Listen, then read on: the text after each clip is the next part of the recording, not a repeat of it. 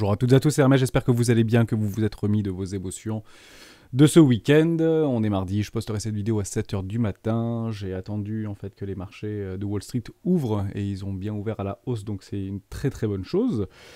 Donc ce n'est pas à court terme encore la fin du monde, hein. Rassurez-vous et rassurons-nous, hein, parce que je suis dans le même bateau que vous. Moi aussi j'ai eu mal à mon portefeuille. Néanmoins, il y a eu beaucoup de pending exécution, donc des petits ordres d'achat qui étaient mis en première classe et en classe éco sur beaucoup de haltes qui sont passés ce week-end. Donc j'ai reçu plein de notifications, c'est pas pour ça que j'ai ouvert en grand les écrans pour savoir qu'est-ce qui se passait. Aucune émotion, hein, par rapport à cette situation. Pour moi, c'est toujours haussier sur le moyen long terme. Et on va d'ailleurs en parler en prenant un petit peu de recul. On a plein de choses à dire. J'ai repéré quelque chose aussi sur le dollar sans inflation. Je voulais vous en parler. Quelques notions de trading, de suivi de tendance et de pattern.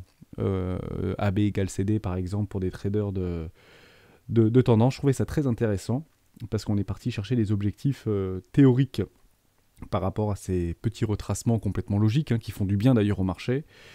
Mais globalement, tout reste haussier. Je répondrai aussi à 2 questions de membres du Discord et posées sur YouTube. Avec grand plaisir, n'hésitez pas à vous poser vos questions. Je les agrège et puis j'essaie de répondre aux plus pertinentes pour en faire profiter toute la communauté. Vous êtes de plus en plus nombreux à nous rejoindre, à la fois sur le Discord et à la fois à vous abonner sur la chaîne YouTube. Merci beaucoup, ma plus grande récompense c'est ça. N'hésitez pas à liker, hein, si le contenu vous plaît. Ça permettra à beaucoup de jeunes et beaucoup de jeunes non avertis sur les marchés financiers de découvrir la chaîne des rois, puisque ça permet d'un peu d'exploiter l'algorithme de YouTube. Bon, tout ça pour dire qu'on va parler Bitcoin, plein d'altcoins et quelques petites parallèles par rapport à des altcoins qui m'avaient échappé et que j'ai réussi à récupérer au vol grâce à cette petite correction profonde, hein. On peut mettre profonde, il n'y a aucun problème. On en parle maintenant. Allez, je fais juste très rapidement un petit tour sur le Discord pour vous inviter à venir télécharger la documentation des rois du Discord. Beaucoup de nouveaux abonnés sur la chaîne au quotidien. Donc ça me permet en fait de vous dire qu'il y a à l'intérieur, dans l'onglet documentation, une petite stratégie qui s'appelle la stratégie des 4 rois que j'utilise depuis plusieurs mois, plusieurs années maintenant et qui me offre d'excellents résultats. C'est intéressant d'en parler maintenant et pourquoi pas de s'en imprégner, puisque beaucoup d'altcoins sont actuellement dans des zones de première classe. Et j'ai d'ailleurs réagrégé le petit lien que je vous avais mis dans annonce, me semble-t-il, oui. J'ai mis quelques petits altcoins supplémentaires que j'ai même acheté moi-même. Voilà, donc pour ceux qui étaient là déjà la semaine dernière, allez voir, je crois qu'il y en a plus d'une quarantaine maintenant. Des petites altcoins qui sont très intéressantes. Je vous laisserai bien sûr aller voir les fondamentaux pour chaque asset et pour chaque crypto. Ceci ne représente en aucun cas un conseil, un investissement, d'accord? Vous êtes les seuls maîtres de vos propres décisions, bien sûr. Merci également à tous ceux qui ont répondu au questionnaire. Je vais aller très vite parce que vous êtes plus de 350 maintenant et j'essaye de le faire entre midi et 2, le soir quand j'ai un petit peu de temps, de vous passer en membre confirmé. Donc merci à tous. Je vais les énoncer très rapidement. Donc Joe Ladien, Niola21, Nexander, Nathan, Rec2610, P4, Rouski, je vous ai pas trouvé sur le Discord, donc merci d'avoir répondu au questionnaire, c'est bien, c'est cool, on peut faire des statistiques et je peux apporter plus de valeur et être plus en accord avec les membres de la communauté. Par contre, je vous ai malheureusement pas retrouvé sur le Discord, voilà pour ça. On parle Bitcoin, on va parler plein de choses, hein. Je vais revenir sur le Bitcoin, on prend un peu de recul, je me suis mis en 14 jours, je suis pas en weekly, je suis en 2 semaines. Qu'est-ce qu'on voit? On voit des choses très simples.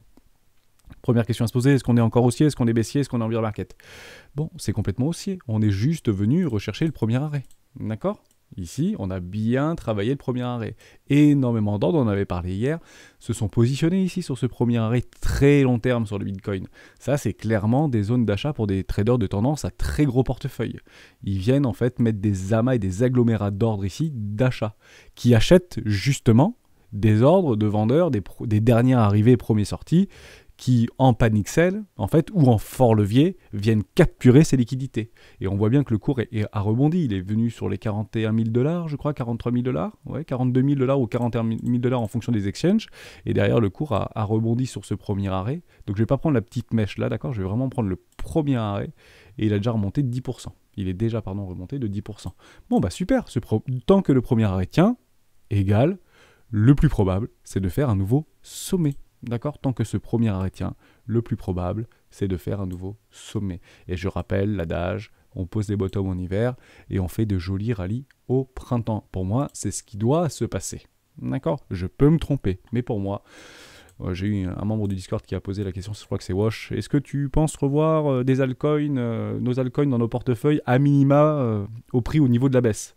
Donc si dans ta question, ça veut dire que est-ce que je peux éventuellement sortir à break-even sans perdre d'argent parce que je viens d'avoir un gros coup derrière la tête parce que j'étais peut-être un petit peu surexposé sur les cryptos, oui, je pense que tu vas pouvoir éventuellement ressortir à break-even, voire beaucoup plus haut. D'accord? Tant que le premier arrêt est maintenu, il y a de très fortes chances qu'une grande partie de nos altcoins qui sont en portefeuille, sur laquelle nous avons travaillé les fondamentaux, que nous sommes renseignés sur les dirigeants, sur où c'était situé dans le monde, est-ce que c'était safe, est-ce qu'il y avait vraiment des développeurs derrière, etc. Hein, ok, on ne parle pas des microcaps à 4 millions de dollars. Hein, on parle vraiment des trucs qui sont sur les exchanges, sur FTX, sur Binance, sur vraiment des exchanges bien liquides, où il y a du volume de vente et d'achat, où il y a les market makers qui sont derrière pour injecter de la liquidité, pour satisfaire entre guillemets l'offre et la demande. Hein, c'est ça le but des market makers sur les exchanges.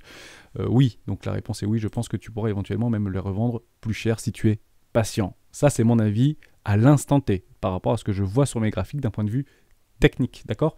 On n'est pas à l'abri d'une bombe nucléaire, on n'est pas à l'abri de la visite de Martiens, on n'est pas à l'abri d'un Black Swan, d'accord? Je sais pas, on ne peut pas savoir ce qui se passe demain. Malheureusement, on ne peut pas en fait agir sur un marché en fonction de ce que l'on croit, mais uniquement en fonction de ce que l'on voit. Et pour l'instant, je vois que c'est bullish et que le premier arrêt a parfaitement joué son rôle.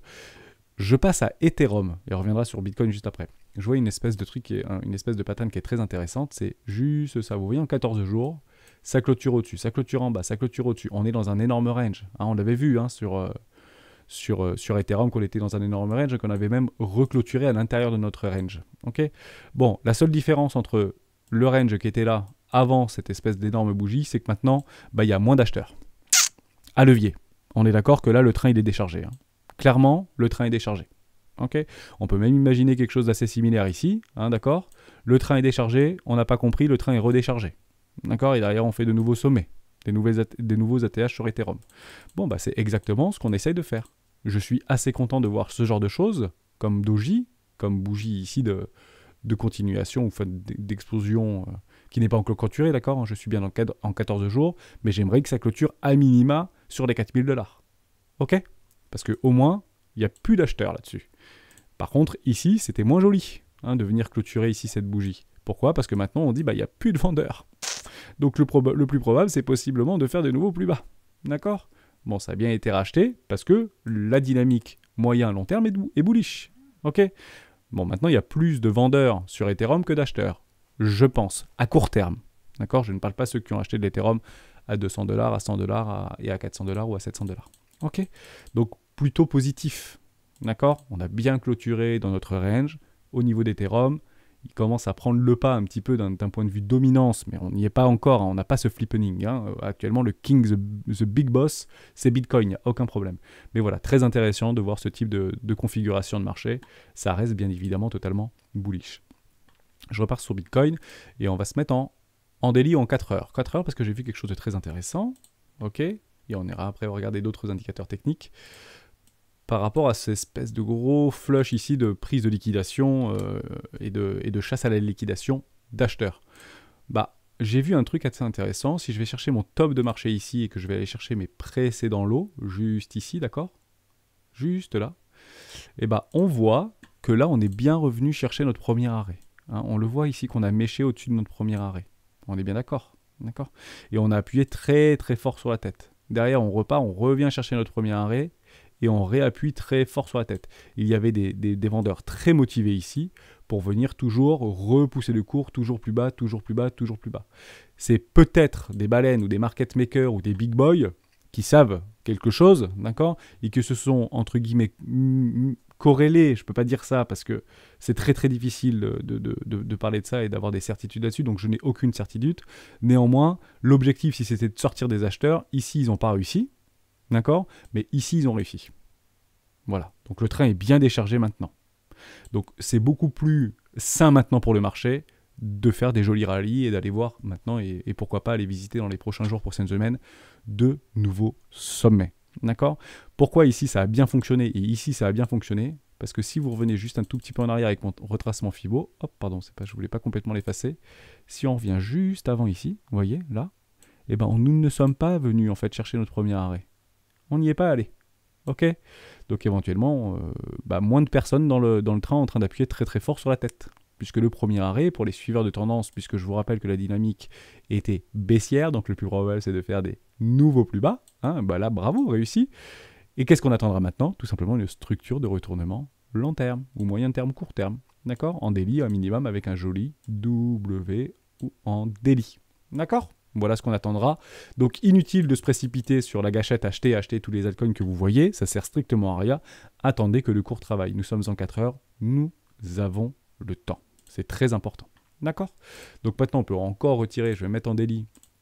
Ah non, je voulais vous parler aussi d'une pattern qui était très intéressante sur un AB égale CD que j'avais noté. Donc en fait très simple, les traders de tendance sur ce retournement de tendance avec ce petit M-top ici peut imaginer en fait ce qu'on appelle des patterns de AB égale CD. C'est très simple, on va chercher les précédents plus bas. Lorsqu'on arrive sur notre premier arrêt, juste ici, on peut tirer notre pattern ici de AB égale CD. Et où est-ce qu'on s'est arrêté? Exactement ici. D'accord? On est parti chercher cette target de trader en fait de continuation AB égale CD qui est très très utilisée par les traders. Ok. Donc maintenant qu'est-ce qu'on attendra? Éventuellement une nouvelle structure, ok, pour éventuellement continuer ce genre de choses. D'accord? Pourquoi pas aller chercher notre premier arrêt qui se trouverait exactement ici maintenant que ça a été confirmé. D'accord? Si je prends par rapport à mon précédent top ici en 4 heures, on ira chercher le premier arrêt. On est extrêmement... Enfin, c'est incroyable. Je le fais en même temps que vous parce que je le fais un peu en live, d'accord, mais on est bien sur notre premier arrêt actuellement. Nous sommes en train de travailler notre premier par rapport à notre précédent mouvement. Je suis en 4 heures sur ce M-top ici. On est bien en train de travailler notre premier arrêt. Ok, le plus probable, tant qu'on ne casse pas ce premier arrêt, c'est de faire un nouveau plus bas. Ok, donc on est en train de peut-être de retravailler sur un nouveau range à court terme en 4 heures. D'accord? Donc on attendra éventuellement des structures. Soit on part vers le haut, soit on part vers le bas. On ne sait pas. D'accord? Tout simplement. Donc ça, c'était super important, mais notre AB égale CD a bien été confirmé. Donc, pour moi, où sont les vendeurs maintenant? Les traders de tendance court terme ont pris leur profit déjà. Donc on l'a vu d'ailleurs sur cette mèche-là. On a liquidé un maximum d'acheteurs. Et les gros portefeuilles, c'est pas ici qu'ils vendent. Ça sert à rien, c'est ici qu'ils vendent maintenant. Ils vont attendre éventuellement un retracement en zone de rechargement de vente logique, moyen terme. D'accord? Et on peut tout de suite la tracer avec vous, si vous voulez. Je suis en daily, on va la chercher ici. Donc moi, maintenant, j'attends cette zone-là pour pouvoir couvrir mon portefeuille. Ok? Donc je l'attendais un petit peu plus haut, ma edge position, ici. Malheureusement, on ne me l'a pas donné précédemment. Ici, on ne me l'avait pas donné, donc je ne l'ai pas edgé sur cette toute petite bougie, même si je sentais que ça commençait un petit peu à avoir du mal, et je vous disais sur les précédentes vidéos qu'il y avait beaucoup de portefeuilles et de comptes, notamment sur Binance, qui étaient plutôt en direction des longues et en achat à levier d'achat. Bon, j'aurais peut-être dû faire un petit truc ici parce que j'ai pris aussi une petite cartouche derrière les oreilles. Bon, ça arrive. Qu'est-ce que vous voulez que je vous dise? Donc on attendra ce type de choses et vous pouvez être assez convaincu que lorsqu'on va revenir dans cette zone ici, ça va pas passer comme ça.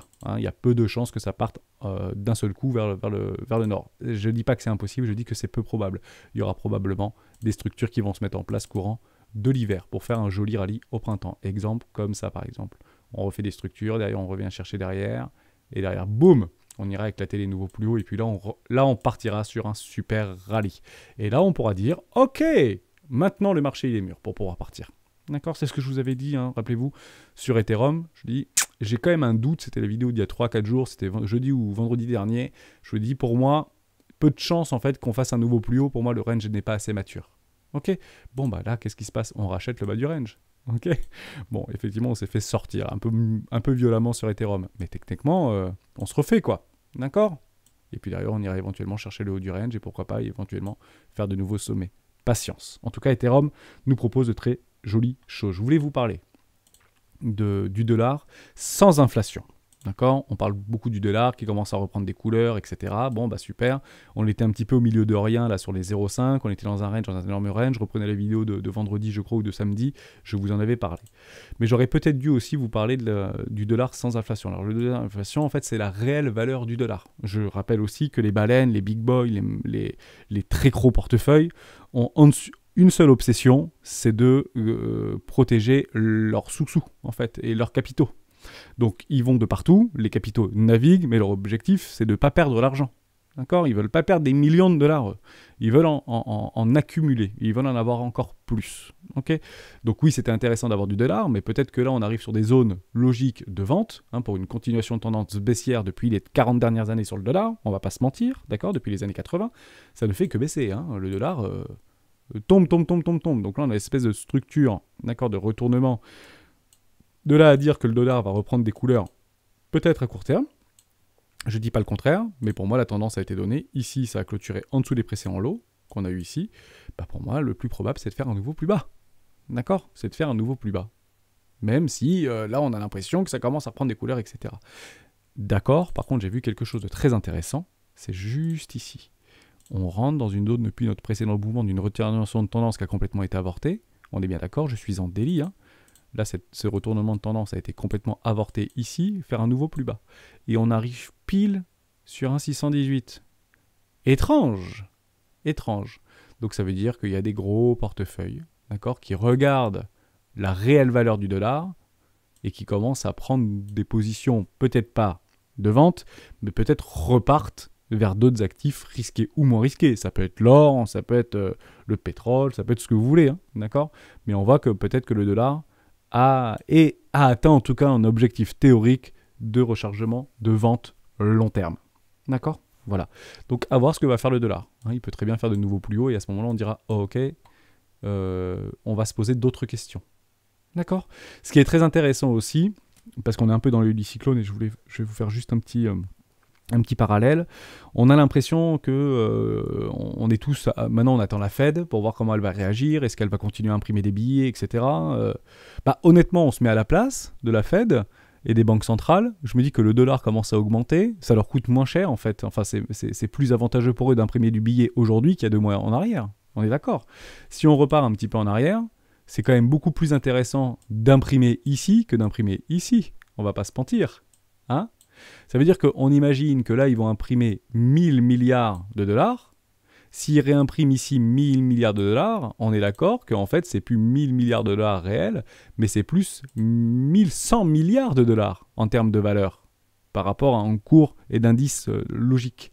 Donc, en réalité, ils vont peut-être en imprimer pareil, mais aura un plus grand impact, un impact plus important sur les marchés ou sur l'économie, où on verra bien comment ils veulent les injecter. Généralement, c'est pour acheter des titres, hein. Bon, ni plus ni moins, pour ne pas voir beaucoup de personnes au chômage. Hein. C'est un peu le but des hélicoptères monnaie, ou pour payer les factures, ou pour payer les crédits. Évidemment, parce que si plus personne paye son crédit, on aura d'autres problèmes que le Bitcoin et que nos altcoins, hein, je peux vous le garantir. Ok? Donc voilà. Très intéressant. Je pense que c'est un bon moment pour nos banquiers centraux et notamment la Fed de pouvoir remettre un petit coup de rachat d'actifs ici pour acheter les dettes et tout ce que vous voulez qui pourrait passer par là, qu'ils ont l'habitude de faire depuis les 10 dernières années, depuis 2008. Voilà, c'était mon petit parallèle. Donc c'est pas parce que ça monte que ça y est, la Fed ne va pas imprimer. Justement, c'est même plus intéressant pour eux d'imprimer aujourd'hui qu'il y a 3 mois en arrière. Ça, c'est très important. Je vous parle aussi très rapidement de Stuck, je vais aller là, dans toute ma sélection, que j'ai mis un peu plus, d'accord? Parce que j'ai pris des ordres, et je me suis dit, tiens, pourquoi pas vous les partager, tous mes ordres qui sont passés ce week-end. Donc je ne vous l'ai pas dit hier, parce que je voulais plutôt travailler sur la psychologie, sur prendre du recul, tout va bien, il n'y a pas de souci, on est toujours haussier, hein, on l'a vu en 14 jours, en weekly, aucun problème. Donc moi, il y a pas mal de positions qui sont passées en première classe et qui ont en fait même doublé mon capital, enfin doublé ma position, puisque vous savez que je lisse par le bas, moi, mes investissements. Donc quand par exemple Lyota, il y a SNX, il y a SXP, il y a Neo, où j'ai repris une position, hein, j'avais perdu 40% dessus, aïe aïe aïe, derrière la tête, et c'est pas grave, je reprends une position et je lisse mon prix par le bas. J'ai du REP, j'ai du KNC, j'ai du Yoast, hein, très intéressant. Et du Theta, très intéressant, parce que j'ai eu dans les commentaires, il y a quelques semaines, je suis il n'y a aucun problème, hein, y a pas de, je suis bon lecteur de vos commentaires, même si c'est de la critique, etc., pas forcément argumenté. Toutes les critiques, bien sûr, sont bonnes à prendre. Et j'avais posté une vidéo sur, c'était peut-être par là où le truc qui partait, je sais plus trop, il y a quelques jours, quelques semaines, c'était au début, et que j'avais mis en fait un pending exécution juste ici, là, sur les 4 $. Un tout petit peu plus, ça devait être sur les 4,05, d'accord? Et on m'a dit, on reverra jamais du Theta à 4 $. Bon, non, jamais nous dit, on ne sait pas ce que va faire le cours. D'accord? Moi, je place mes billes parce que je me suis dit qu'on était toujours dans un range. D'accord? Alors comment le range par rapport à mon premier arrêt, je vous le retrace avec vous. Hein. On était sur un V-top, ici je suis en daily, je trace tout simplement mon Fibo, on voit que le premier arrêt est bien travaillé, on passe au-dessus, on passe en dessous, on passe au-dessus, on passe en dessous. D'accord. Donc on ne vient pas clôturer ces magnifiques lignes de coup, le plus probable c'est d'aller voir le bas du range. Donc j'ai posé un ordre en bas du range. D'accord, je ne l'ai pas acheté là, je l'ai acheté là. Bon ça a éclaté ce week-end. Bon super, je suis déjà gagnant. Formidable, j'ai dû gagner 5-7% sur ce truc. Voilà, donc je place mes billes, pas d'émotion, c'est pris, ça fera du plus bas, tant pis pour moi. Ok, mais voilà, j'ai placé un petit ordre ici sur Theta et je suis content d'en avoir acheté à 4$. D'accord, et pas à 8 ou 12$, ici, là par exemple. Je suis content de ne pas en avoir acheté ici, en dehors de mes zones de rechargement éco et première classe. D'accord. Voilà, j'étais très content. Par contre, moins content sur Zec. Bon, Zec, il a envie de m'embêter. Ça fait plusieurs jours que je vous en parle. Je vais aller sur Coinbase et que j'ai un petit peu d'historique là-dessus. Non, il est où mon pending exécution? Binance. Voilà, bon, ça a flushé. Regardez, mon angle, il est toujours là. Il est pending exécution. Il a pas sonné celui-là. D'accord. Bon, c'est pas grave, je serai patient. Pourquoi? Parce que probable que ça continue peut-être un petit peu à partir vers le bas. Si on retrouve du Bitcoin à 43 000, 44 000 $, probablement que Zec va peut-être accélérer assez sa baisse et venir m'exécuter. Bon, en tout cas, ça a bien été racheté, Zec. Hein. Vous avez vu sur cette mèche-là, poup, poup. Donc là, on commence à repartir vers le bas, mais pour l'instant, mon ordre n'est pas encore été pris. Ok, tant pis pour moi. J'achèterai pas du Zec maintenant. J'attendrai mon pending parce que je suis quelqu'un de très patient. Aucun problème. Riff, pareil, je crois. J'avais un ordre là-dessus, sur Riff, j'avais noté. Je me suis dit, tiens, ça doit être un peu la même chose. Voilà, pending exécution depuis longtemps d'ailleurs. Hein. Il y est depuis juillet, cet ordre. 4 ans sur Binance. Bon, voilà, hein, il n'est pas venu ici sur mon roi de pique. Malheureusement, il n'est pas pris. Et là, je l'ai pris, mais regardez ça. Franchement. Et j'ai pas de chance. Hein. À quelques dollars près, il est pas venu chercher mon ordre ici. Bon, c'est pas grave. Hein, à quelques centimes de dollars. J'attendrai. Hein, peut-être qu'il va venir. Et s'il vient pas, tant pis. D'accord ? C'est pas pour ça que je vais racheter alors que le truc qui commence à reprendre un tout petit peu de couleur. Je serai patient. J'aime bien ce petit coin, Riff. Et j'attendrai qu'il vienne me chercher cette magnifique liquide du coup en sachant que j'avais déjà eu un roi de pique ici et un autre pseudo roi de pique ici. J'attendais un troisième roi de pique. Hein, et c'est quand même fou ce qu'il nous propose le marché de revenir flusher et sortir des futurs millionnaires. Il nous donne la possibilité en fait de revenir sur nos positions et là on avait placé des petits ordres. Donc je pense que c'est plutôt de bon augure. Ok, ça fait mal au portefeuille, hein, je vous le partage. C'est pas trop ce qu'on recherche quand on vient d'arriver sur les marchés, notamment crypto, hein, qu'on se prend du moins 30, moins 40% dans la tronche, parce qu'on se ment main, hein, entre le précédent top, ici, on a pris du moins 42% l'espace de, je sais pas moi, en 2 semaines, quoi. Mettez pas de levier là-dessus, hein. On met pas de levier sur les crypto-actifs, hein. On se fait éclater, hein. Et on va pas se mentir, il n'y a pas beaucoup de personnes qui mettent des leviers x 1,2, 1,3, hein. D'accord, sur les futurs. On met plutôt du x5, du x10, parce qu'on voit que ça part. Hein, on est des super suiveurs de tendance, etc. Regardez le suiveur de tendance, il n'y en a plus là. D'accord. Entre ici, là, il avait posé des ordres, il est déjà sorti. Hein. Ok. C'est rare qu'on mette du 30% de TP, là, de stop loss, pardon. Hein. Généralement, on met du 3, 4, 5%, et puis on pense que c'est une affaire en or ici, là, sur du suivi de tendance. Ah, attention, on est sur les marchés crypto, hein. C'est un peu Far West encore. Hein. On a de belles années devant nous. Hein. Je le dis et je le répète. Hein. Le marché est devant nous. On verra des plus hauts, on verra des sommets, on verra probablement du Bitcoin à 500 000 $ dans les 10 prochaines années. Mais pour le moment, c'est encore très très difficile. Donc, petite somme. On met ce qu'on est capable de perdre. Pas de problème. Et bien d'ailleurs, en parlant de ce qu'on est capable de perdre, donc il y a à peu près 10% de mon capital qui n'était pas investi sur les marchés, que j'ai investi donc ce week-end. À peu près, donc ça fait 10% de plus. Donc aujourd'hui, j'ai un tout petit peu plus de 50% de cash encore. D'accord? Donc je peux encore investir 50% de cash. Et on m'avait posé la question, comment tu fais pour protéger ton capital? Comment tu fais pour protéger ton portefeuille? Déjà, une bonne chose à faire, c'est d'avoir du cash. D'accord? Et d'avoir la possibilité, en fait, de racheter. Pourquoi? Parce que si, je dis une bêtise, j'ai 100 000 € actuellement sur les marchés financiers qui sont investis. Et sur ces 100 000 €, j'ai 50 000 € sur les crypto-actifs. Ou 60 000 € sur les crypto-actifs. Les crypto-actifs vont perdre par exemple 50% de leur valorisation. Ok, ça va chuter de 60% ou de 50%. Boum. On est bien d'accord que sur un capital donné de 200 000 €, je ne vais pas perdre 100 000 €. Je vais perdre la fraction de baisse par rapport à mon capital engagé sur les marchés et notamment sur les crypto-actifs. Donc sur les 200 000 € de capital que j'ai 100 000 € de cash, et sur les 100 000 euros investis, j'ai 60%, 70% d'altcoin ou de bitcoin. J'ai dit une bêtise, d'accord, mais c'est juste pour vous imaginer. Donc si le marché crypto perd 30 ou 40 ou 50%, bah, c'est pas 100 000 balles qui partent, d'accord. Surtout que je pourrais même le racheter, c'est exactement ce qui s'est passé ce week-end, d'accord. Et que c'est comme ça aussi que je protège mon capital. On ne peut pas se permettre sur des marchés aussi hauts, notamment sur les valeurs technologiques et sur le Bitcoin et même sur Ethereum, on ne va pas se mentir, on est quand même haut, on est très très loin des zones de rechargement d'achat long terme, moyen terme. Bah, malheureusement, c'est pas une bonne idée d'être all-in en fait, d'avoir l'intégralité de son capital sur les marchés financiers. D'accord. Sauf si vous avez décidé de mettre des petites sommes d'argent tous les mois, hein, par exemple 100 ou 150 euros tous les mois pendant les 10 prochaines années. Et là, à ce moment-là, on n'a plus un capital de départ, mais en fait, on construit notre capital et on construit un rendement infini. D'accord.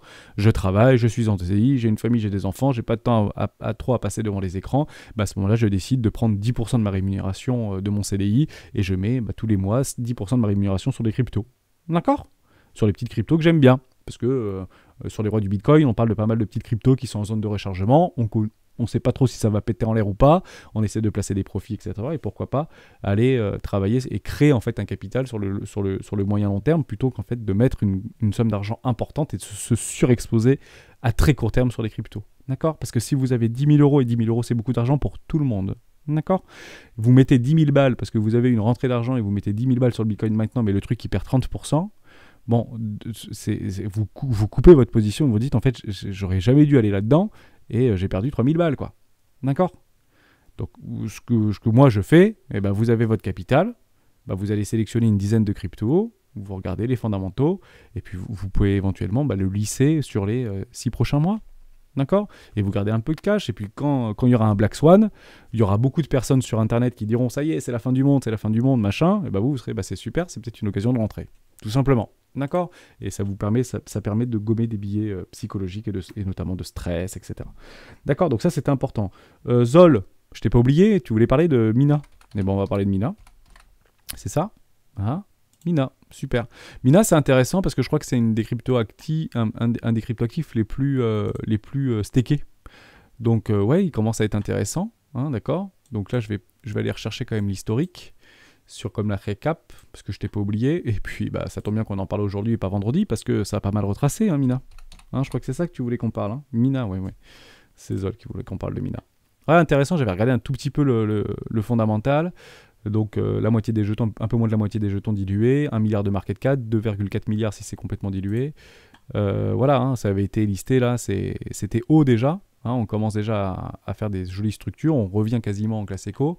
Si tu es super intéressé là-dessus, clairement, c'est probablement là que moi je pourrais éventuellement imaginer prendre un ordre, hein, en sachant qu'il y a des gens qui ne veulent pas avoir du Mina au-dessus des 6,50 $. Hein. Je ne sais pas si tu en fais partie. Il y a des gens des grosses baleines, hein, des personnes qui ont quand même quelques millions de dollars sur leur compte en banque, qui mettent des ordres ici à 6,50 $. Et puis, vous voyez, c'est repoussé. Donc ça arrive en classe éco là. D'accord. Donc éventuellement être un petit peu patient. Pourquoi ? Parce que la structure et la dynamique est baissière, hein, à court terme. Il n'y a pas de souci avec ça, on l'a bien vu, hein, ça a même crossé zéro, en daily c'est baissier. Donc deux possibilités, d'accord. En tout cas moi si j'étais à ta place, soit j'attends éventuellement que ça vienne dans ma classe éco, ok. Et si je suis vraiment patient, j'attendrai éventuellement une structure, d'accord, de retournement moyen terme, en daily minimum voire weekly. C'est toujours mieux des doubles bottom en weekly pour éventuellement prendre une position, d'accord. Donc on a le temps, on attend que ça continue éventuellement un petit peu à retracer.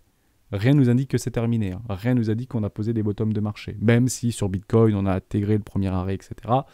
On peut partir du principe que les cryptoactifs sont relativement corrélés entre eux.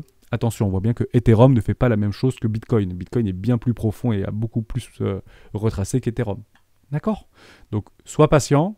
À minimum 618, on peut partir du principe, comme ce type de choses là, tu vois, juste ici, là, on est revenu percer quelque chose. Alors, c'était plutôt un premier arrêt ici. Mais ça a l'air d'être maintenu. Hein. Là, apparemment, il y a des gens qui ne veulent pas le voir plus bas. Donc, mettre un petit ordre là, par là, pourquoi pas. Ok ?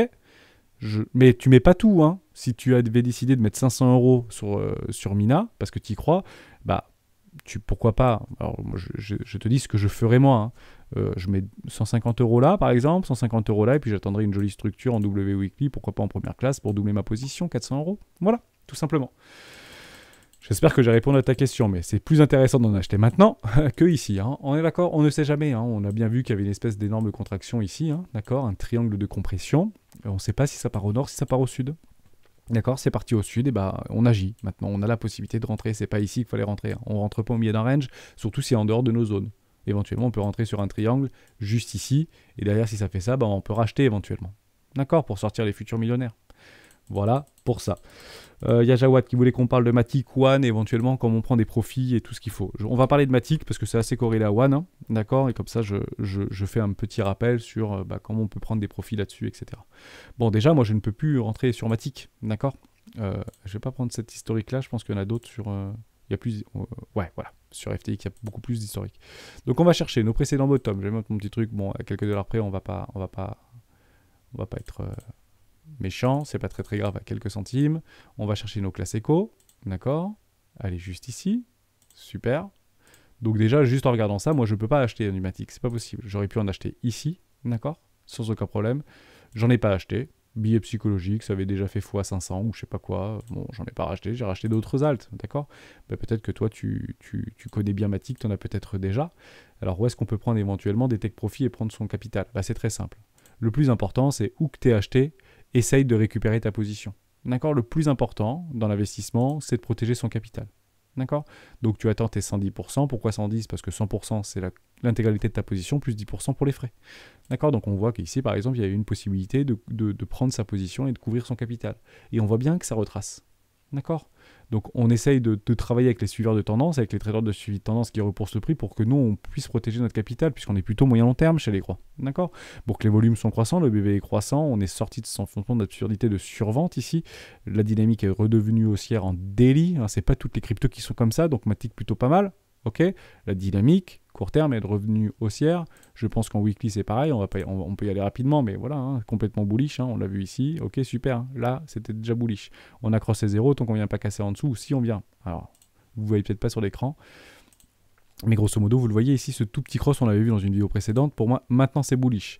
À quel moment ça redeviendra bearish sur du moyen long terme? Juste ici, si on vient cross au niveau de notre MACD.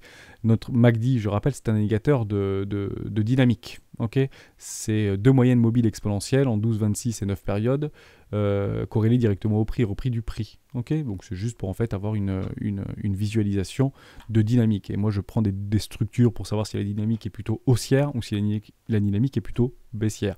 Sur Matic, haussière, pas de problème, on est toujours dans ce super canal là, canal de la mort, et aucun problème, hein, d'accord. On l'a, enfin c'est un super canal là, hein. Il y a un truc qui se passe... ultra bullish Matic, il n'y a pas de souci. Hein. Il y en a qui l'ont acheté à 3 centimes, d'accord. Mais bon, billet psychologique.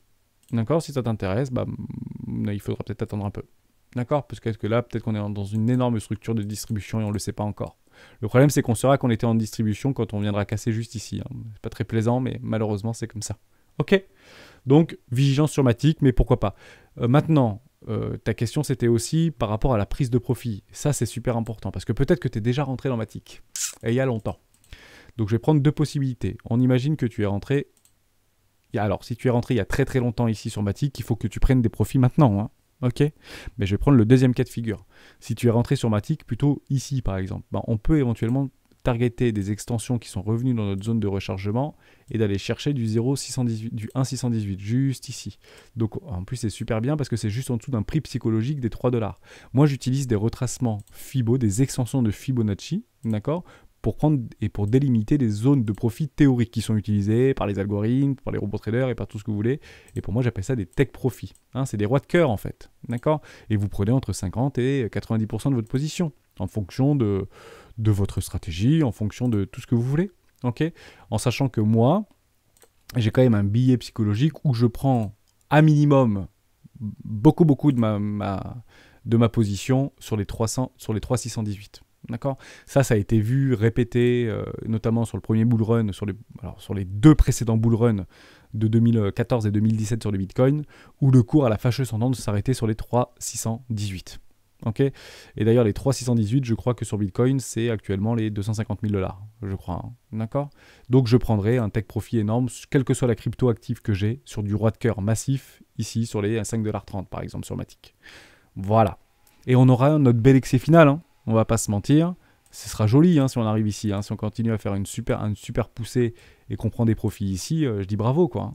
D'accord? Ça fait combien en plus là, sur Matic si on viendrait Parce que la structure a été donnée sur Matic, d'accord? On a clôturé en weekly hein, ici. Hein. D'accord? Donc la structure est donnée. On fait un petit retracement, on laisse rentrer les copains. Hein, c'est super. D'accord? Donc par rapport à là, on serait où? Voilà, plus de 100, plus de 130%. C'est ce qu'on peut éventuellement espérer de Matic à ce niveau de prix là actuellement. D'accord? Bon, je pense qu'il y a d'autres cryptos qui peuvent donner aujourd'hui plus de potentiel, hein, qui peuvent surperformer Matic. Pourquoi pas? D'accord? Si Matic fait plus de 100%, est-ce que Ethereum va pas faire plus de 100%? Si elle fait plus de 100%, ça fait du 15 000 $, c'est quand même pas mal. Plus 12 000 même peut-être maintenant. Ouais, 12 000 plutôt. 12 000 puisqu'il a 4 000 $. D'accord? À suivre. Bonne question. Mais voilà en tout cas mes zones de profit. Je trace mon petit Fibo par rapport à une précédente structure de prix. D'accord? Si c'est venu sur ma zone de rechargement d'achat, j'ai normalement les 618 pour valider ce type de structure. Je regarde avec toi, c'est super simple. Hein, d'accord? Est-ce qu'il est venu chercher mes 618? Bon, j'ai un peu gribouillé. Mais pour moi, voilà comment je prends mon Fibo d'extension. Hop, pardon, je vais enlever ça parce que c'est pas joli. Voilà, ici tu vois qu'on est bien venu chercher, je vais le tirer un peu. Voilà, juste là. On est bien venu chercher mes 618 dans cette mèche là. D'accord? Donc je prends mon retracement Fibo, je le tire ici dans mes 618 et derrière, bah, advienne que pourra. D'accord? Ça peut arriver à 4,6. Regardez sur Solana ou sur Sand, le machin il est à 6,5, 618. Hein. Je dis pas que ça peut pas faire de nouveau plus haut. J'ai juste que c'est ici que je prends mes profits. Tu l'as sur la vidéo, sur la petite. Je le ferai peut-être un peu mieux, mais en tout cas tu l'as sur la stratégie des 4 rois disponible sur le Discord. Voilà, ça c'était important, profit, rechargement, etc. Je finis par 2 petites questions. Je sais pas si elle va durer très longtemps, mais je la posterai tôt pour ceux qui veulent, qui ont de la route le matin, pour pas l'écouter en podcast. Ok? 2 questions qui m'a été posées sur Discord ou sur YouTube. C'est Koji, 2 qui me pose cette question. J'avais déjà répondu, je crois, à une question dans ce sens-là. Salut, je ne suis pas sûr de bien comprendre le pump and dump. Cela signifie-t-il que si les baleines sont suffisamment grosses, capital à investir suffisamment élevé, elle peut booster la valorisation de l'actif à la hausse rien qu'en entrant dessus et puis elle revend tout de suite après. Elle peut profiter de la plus-value ainsi générée. Alors, dans ta question, en fait, il y a peut-être 2 questions. Il y a la première question, c'est du watch trading. Le watch trading, c'est qu'on nous donne la possibilité, donc c'est moins maintenant répandu sur les exchanges. À l'époque, on pouvait en fait racheter nos propres ordres, d'accord, qui permet de créer du faux volume et un peu exciter les robots traders et les algorithmes pour mettre des billes sur des cryptoactifs X ou Y. Mais le pump and dump a toujours existé. C'est pas une volonté en fait de dire, bah voilà, on va prendre des profits puis on va revendre, parce qu'encore une fois, en fonction de l'exchange que tu es, bah, plus ou moins liquide, ou le cryptoactif que tu as sélectionné, bah, tu peux très bien être le seul à pumper et le seul à dumper. Ok? Donc en fait, acheter jusqu'à 4 $ un coin et puis revendre à 4 $, très honnêtement, à part perdre de l'argent sur les frais en fait, de l'échange, tu vas pas gagner grand-chose. Il faut vraiment qu'il y ait un engouement, généralement un break ou quelque chose comme ça. On prend l'exemple de Aion, parce que j'en parle beaucoup. De Aion, je pense qu'il y a eu un pump and dump récemment. J'ai pas réussi à être fil. Voilà, juste ici, on peut imaginer que cette mèche-là, ça s'est passé en une journée, je crois. Voilà, il y a eu ça là. On peut dire un pump and up, d'accord? Ça, c'est du pump and up. Par contre, on peut aussi imaginer que ces baleines-là ont décelé, savent quelque chose, peut-être des copains de CZ, hein, du patron de Binance, pour dire que ici, il est très probable que si le cours pousse sur ces structures de marché et qu'on confirme cette structure de marché, il y a beaucoup de personnes qui vont acheter des breaks, parce que beaucoup de traders en fait et d'investisseurs achètent des breaks de retournement de tendance très long terme. Et là, en fait, on pouvait imaginer que si ça venait breaker ici, il y avait beaucoup d'ordres. Bon, bah regarde, en daily, c'est venu clôturer. Donc en fait, pari gagné pour les baleines, et derrière, il y a eu beaucoup d'ordres d'achat qui ont été exécutés là-dedans. Bon, bah, en fait, c'est des baleines qui ont en fait peut-être vidé pas mal de leur bague, donc pump and dump. Ok? Tout simplement. C'est pour ça qu'on attend quoi? Qu'on attend de casser le premier arrêt. Vous voyez ce premier arrêt, le 382, hein, beaucoup de ventes en fait étaient là, quoi. Donc le truc qui part là, il repart en haut, il repart en bas, il repart en haut, et après il s'effondre. Voilà. Pump and dump. C'est ça le pump and dump, tout simplement. Ok? Donc tant que le premier arrêt ne cède pas, malheureusement le plus probable c'est de faire un nouveau plus bas. Bon bah je suis très content sur ce gros flush là, c'est qu'Aion il n'a pas cassé encore ses précédents lots. Ok, donc très content pour Aion. Hein, ce truc est mort, bah pas si mort que ça finalement, puisqu'apparemment il repart au niveau des développements. Donc c'est ça le pump and dump en fait. Hein. D'accord? Donc oui, c'est normal qu'il y a des personnes, peut-être qui étaient en levier d'achat ou des baleines qui étaient en levier d'achat là-dessus, peut-être pas élevé, hein, peut-être du x2, x3, mais comme on a vu que le funding était positif sur les échangeurs, bah ça commence à coûter un petit peu d'argent aux baleines de long ce marché, bah derrière ils mettent un gros coup de collier, ils rachètent leur position, et puis derrière ils sortent en profit, et ils attendent que d'autres acheteurs en face... sur des liquidations de short par exemple, parce qu'il y a beaucoup d'acheteurs et de vendeurs aussi. Hein. Donc ils capturent en fait les liquidations de short par rapport à des acheteurs agressifs, ok, pour pouvoir prendre leur profit, tout simplement. D'accord ? Parce que je rappelle que lorsque le funding est positif, le funding c'est le prix en fait qui exerce l'opérateur par rapport à une position en dérivé. En somme, si le funding est positif, ça coûte de l'argent d'acheter ce marché, mais on te donne l'argent pour shorter le marché. D'accord ? Donc on peut imaginer que là sur Aion, depuis quelques temps, le funding était soit neutre, soit peut-être un petit peu positif. Ça commençait à coûter de l'argent, mais ceux qui shortaient le marché, on leur donnait de l'argent pour shorter le marché, donc c'est un peu limite. Et puis gros pump and dump, quoi, tout simplement. Et ça c'est sur plein de trucs. On avait parlé de Nexo aussi, du pump and dump de Nexo. Je vous avais dit, regardez, ça risque de clôturer vers les $13, ou enfin 1,73€ ou 1,69€, je sais pas si vous vous rappelez de ça. Bon, finalement, j'avais fait mon mea culpa, et je vous avais dit, non, finalement, ce truc, il est en train de partir dans la lune. Bon, c'est pas très joli ce qu'il a fait, hein. Il y a une espèce de super continuation de tendance, ça c'est une pattern, un lagging wedge de continuation de tendance haussière, c'est très rare que ça casse par le bas. Hein. D'accord ? Il y a 70% de chances que ce truc casse par le haut. Malheureusement, quand le marché flush, désolé, hein, ça passe par le bas, et puis d'ailleurs on remet un coup derrière la tête. Hein. Donc c'est où qu'on achète du Nexo pour ceux qui étaient intéressés, hein. C'est pas forcément là, mais là vous avez une jolie re-entrée en zone de classe éco. D'accord ? Soyez patient, pas de souci. Donc désolé pour ceux qui sont rentrés un petit peu sur le tard là, sur Nexo, sur cette jolie pattern de continuation de tendance. Logiquement vous êtes sorti si vous étiez à levier, hein. Vous avez pris du moins beaucoup dans la tête là. Hein. C'est pas très rigolo, voilà, moins 40% à peu près. Donc tous les leviers jusqu'à quasiment x2 sont sortis. Et c'est rare que les personnes mettent juste des leviers x2 hein, sur des cryptoactifs, surtout quand ils viennent d'arriver sur le marché. Bon, félicitations, vous êtes complètement rentré dans une zone de rechargement d'achat.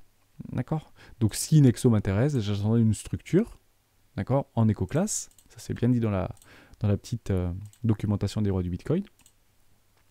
Aucun problème. D'accord ? Hop, première classe ici. Donc on peut attendre pour les plus patients une petite structure. Sinon, mettre un ordre maintenant, c'est pas complètement délirant. On est bien en classe éco. Ok ? Sinon, on attend une jolie structure de retournement. D'accord ? Juste ici. Pas de problème. Ça marche bien. On est bien revenu chercher cette ligne de coup. Propre, hein ? D'accord ? Donc voilà. Dernière arrivée, premier sorti. Ok ? Vigilance. Soyez patient sur les cryptoactifs. J'ai fait le tour de tout ce que je voulais vous dire. Est-ce que j'ai une dernière question ou pas ? Ah oui, ça peut aider beaucoup de personnes. Pour ceux qui sont restés jusqu'à la fin de la vidéo au bout de 40 minutes, 42 minutes, j'espère que je n'ai pas été trop long et que ça vous embête pas trop, mais bon, si vous avez coupé avant, c'est pas très grave. C'est Bandry. Bandry, j'espère que tu seras resté 0-0 hein, jusqu'ici pour répondre à ta question. Donc salut, pardon. Merci pour ces excellentes vidéos. Merci à toi hein, de regarder mes vidéos au quotidien. Je souhaiterais avoir ton avis sur une stratégie qui consiste à mettre de l'argent que je suis prêt à perdre. 165% dans BTC, 20% dans Ether, 15% répartis dans les top 20 des market cap, etc. Altcoin. La répartition, libre choix. D'accord ? Tu fais ce que tu veux. Ok ? Et laisser tout ça dormir pendant 10 ans. Des fois, tu indiques qu'il faut prendre des profits quand les altcoins font des pics, mais je me demande si sur le long terme, c'est pas contre-productif. Ok. Alors moi, je dis que je suis un investisseur moyen-long terme, mais ma principale obsession, c'est de protéger mon capital. D'accord ? Et je vais revenir sur le Bitcoin, comme ça, on va pouvoir faire un petit retour. Hop, en arrière. Ah, je vais pas le prendre là-dessus. Je vais plutôt le prendre là-bas. En attente, Bitcoin. Voilà, comme ça, j'ai tout ce qu'il faut juste ici. Hop. Et on parlera des trainlines, etc. demain. Dans la prochaine vidéo, il n'y a pas de problème. Je vais mettre en 14 jours. Est-ce que j'ai l'historique là-dessus? Ouais, c'est bon. Allez, je prends juste le Bitcoin, on s'en fiche des indicateurs. D'accord? Donc, est-ce que c'est intéressant ou pas? Beaucoup de personnes qui arrivent maintenant, donc on est d'accord que toi, tu vas arriver ici. Hein, ok? Ce qui revient au même, en fait, pour moi, d'arriver à peu près ici. Je vous l'avais dit dans des premières vidéos, des 20 premières vidéos des rois du Bitcoin, que je pense qu'on est à peu près ici actuellement, au niveau de notre bull run. Je peux me tromper, hein. On peut peut-être déjà rentrer en bull run, mais j'aimerais qu'on revienne chercher des zones de vente long terme logiques. Je ne dis pas le contraire, je ne sais pas. Mais pour moi, dans ma perception du marché et de mon expérience, je pense qu'on est à peu près ici, qu'on n'a pas encore vécu cet excès final. Ok? Donc ça veut dire que tu achèterais probablement par là, hein, sur les 8-9 000 dollars. D'accord? Voire un petit peu plus haut, si tu es arrivé un petit peu sur le tard ici, peut-être que tu es arrivé sur les 10 000 dollars. On va dire que tu as acheté du Bitcoin en 2017 à 10 000 dollars. Donc tu vois ton portefeuille monter, monter, monter, monter, monter, monter, et monter assez furieusement. Hein. D'accord? Il monte jusqu'à 20 000 dollars. Donc tu as fait x2 sur ton portefeuille. Ok, et tu ne vends pas, et tu en parles même à tes copains ou à ta famille, à ton entourage, à ta femme, je ne sais pas. Et tu dis, bah chérie, c'est incroyable, j'ai mis 5000 balles. Et on n'est pas parti en vacances parce que il y avait le confinement. Ok. Donc j'ai mis 5000 balles sur le Bitcoin, on a fait x2. Super, on a 10 000 balles. Mais tu ne vends pas parce que tu as un holder en fait. D'accord? Bah derrière, en fait, tu t'aperçois que ton portefeuille, il se retrouve ici sur les 6700 dollars. Donc tu avais mis 5000 ou 10 000 dollars et là tu viens de perdre 3000. C'est pas grave. Ton objectif, c'est de holder. Et ça reprend en fait un coup sur la tête. Sur les 3000 dollars. Ça veut dire que tu avais mis 10 000 euros à 10 000. Il est à 3000 dollars. Ça veut dire que tes 10 000 euros se sont transformés en 3000 dollars. D'accord? Donc peut-être que psychologiquement tu es fort et tu vas dire j'ai pas perdu 20 000, j'ai perdu que 2 000. D'accord? Parce que j'avais mis 10 000 à 10 000 et, ou 5 000 à 10 000 et puis là c'est à 3 000 donc j'ai perdu que 4 000 ou j'ai encore de l'argent. Quoi, d'accord? Mais en fait, beaucoup de personnes dans leur inconscient en fait voient leur compte en fait arriver ici et se disent c'est pas juste ça que j'ai perdu, c'est tout ça que j'ai perdu. D'accord? Et c'est très très difficile en fait de résister à ça. Parce qu'en fait, même s'il y a l'adage qui dit tant que c'est pas vendu, c'est pas perdu, ouais, mais à un moment donné, il faut qu'on ait des êtres humains, quoi. Et on a de l'émotion. Ok? Et la psychologie, c'est le plus difficile à maintenir en temps dans l'air. Deuxième chose que je voulais te dire, c'est que est-ce que donc tu es capable en fait de résister à une perte alors que ton truc a déjà fait x2, de reperdre 80% de ton capital? Parce que c'est ce qui se passera sur le Bitcoin. Je suis désolé de vous l'apprendre, d'accord? Dans les 5 prochaines années, il est probable de retrouver du Bitcoin beaucoup moins cher que 50 000 dollars. D'accord? Ou en tout cas, si on arrive à 500 000 dollars, j'en sais rien, il est probable qu'on revienne très très bas. En tout cas, sur notre zone de rechargement, classe éco à minimum ou première classe. Ok? D'accord? Et ça, je vous l'avais bien tracé sur des retracements de fonds il y a quelques mois. Bref, ça c'est la première chose. La deuxième chose, c'est est-ce que tu es prêt à maintenir en fait ton capital très très longtemps? D'accord? Est-ce que tu l'oublies ça pendant 10 ans? Est-ce que tu es capable de le faire? Parce que quand tu commences à t'intéresser à quelque chose, tu vas aller de plus en plus regarder des vidéos, tu vas plus te renseigner, tu vas te faire happer en fait, et tu vas peut-être, comme beaucoup de personnes, tomber dans le trading de dérivés, dans les futurs, avec des leviers, tu vas dire mais mes 3000 euros, je peux les transformer en 100 000 euros. D'accord? Donc si vraiment ton idée de base c'est de holding, et puis je l'oublie pendant 10 ans parce que j'ai pas que ça à faire, ok, pourquoi pas? Mais à ce moment-là, tu le laisses vraiment pendant 10 ans. Et ton objectif, c'est pas un objectif de prix, c'est un objectif de temps. Ok? Et ça, il faut que tu le graves dans le marbre. Donc tu mets la thune sur Bitcoin, tu le hedges comme tu as fait ta répartition, tu le mets sur un ledger, et ton ledger, tu marques bien tes petits bouts de papier, tu le montres à ta femme quand même, on sait jamais. Parce que si tu oublies ta clé ou si tu oublies tes mots, t'es mal quand même. Si le truc est arrivé à 1 million dans 10 ans, pense bien à te rappeler de tes mots, hein, d'accord? Ou ta clé ledger, ne la perds pas. Et puis à ce moment-là, voilà, ton objectif, c'est un objectif de temps. Mais ça veut dire que tout ça, tu n'y es pas soumis psychologiquement. Ok? Et que ça, tu n'y es pas soumis psychologiquement. Ah, on est d'accord que si tu achètes ici en 2017, ton objectif de vente, c'est en 2027. Hein. Ok? On n'y est pas là. Hein. Donc ici, on vend pas. Ici, on vend pas. T'as mis 10 000 balles là. Ici, on vend pas. C'est vraiment 2027 pendant 10 ans. Voilà. Je te laisse avec tes émotions pour savoir si tu es oui ou non capable de résister à ça. D'accord? Exemple, est-ce que tu es capable de résister à ce genre de choses? Excès final, d'accord? Et derrière, énorme structure de retournement de tendance long terme. Et derrière, le truc revient, par exemple ici, quoi. D'accord? Donc bravo, tu as acheté à 10 000 dollars, le machin il est monté à 150 000 dollars, et là tu peux éventuellement le revendre à 20 000 dollars. Est-ce que dans ta tête tu as gagné 10 000 dollars si tu avais mis 10 000 dollars au début? D'accord? J'ai dit une bêtise, je dis pas que ça va arriver. Alors qu'en fait, tu as vu ton portefeuille à un moment donné sur ton ledger qui était monté à plus de 1000%. Donc tu avais fait x20 sur un top de marché. C'est pour ça que moi, je préconise, ce n'est pas un conseil en investissement, si tu as un holder de l'infini, aucun problème, mais c'est peut-être intéressant aussi de prendre des profits ici, sur tes 10 000 dollars que tu avais injectés en 2017 ou en 2016, et derrière, pourquoi pas avec ces profits-là, te payer un joli voyage que tu avais promis à ta femme, et pourquoi pas racheter du Bitcoin quand il sera revenu en zone de rechargement d'achat moyen, long terme. Et de faire ça, hein, c'est peut-être d'ouvrir l'écran une fois par semaine ou une fois par mois, ça suffit. Ok? C'est pas tous les jours derrière les écrans, c'est une fois par semaine ou une fois par mois derrière les écrans.